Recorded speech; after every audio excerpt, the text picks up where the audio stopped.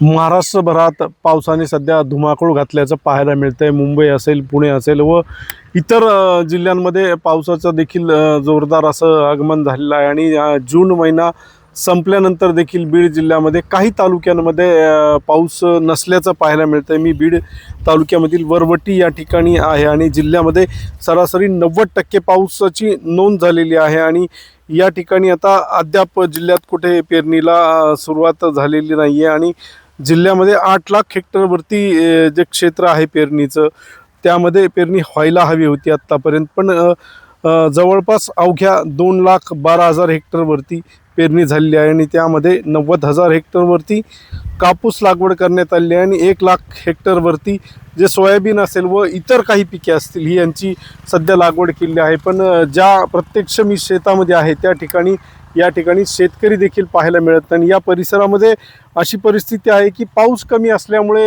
इथे पेरणी झालेली नाही आहे, पण शेतकऱ्यांनी जे खत असेल, बी असेल, हे खरेदी करून आपल्या घरामध्ये ठेवलेलं आहे। हजारो रुपये खर्च करून हा शेतकरी सध्या पावसाची वाट पाहतो। आणि यामध्येच जे नांगरणीसाठी असेल किंवा पेरणीसाठी जे बैलजोडी असते, आता फारशा प्रमाणात ग्रामीण भागामध्ये बैलजोडी पाहायला मिळत नाही। सध्या अत्याधुनिक तंत्रज्ञाना पद्धतीने जे ट्रॅक्टर असेल किंवा छोट्या जे पेरणी यंत्र आहेत याच्या साहाय्याने पेरणी केली जाते। आणि आज यामुळे देखील पेरणीला खोळंबली जाते हे देखील पाहायला मिळेल, कारण की काही गावांमध्ये एकच ट्रॅक्टर असते आणि त्याच ट्रॅक्टरवरती पूर्ण गावाची पेरणी होते।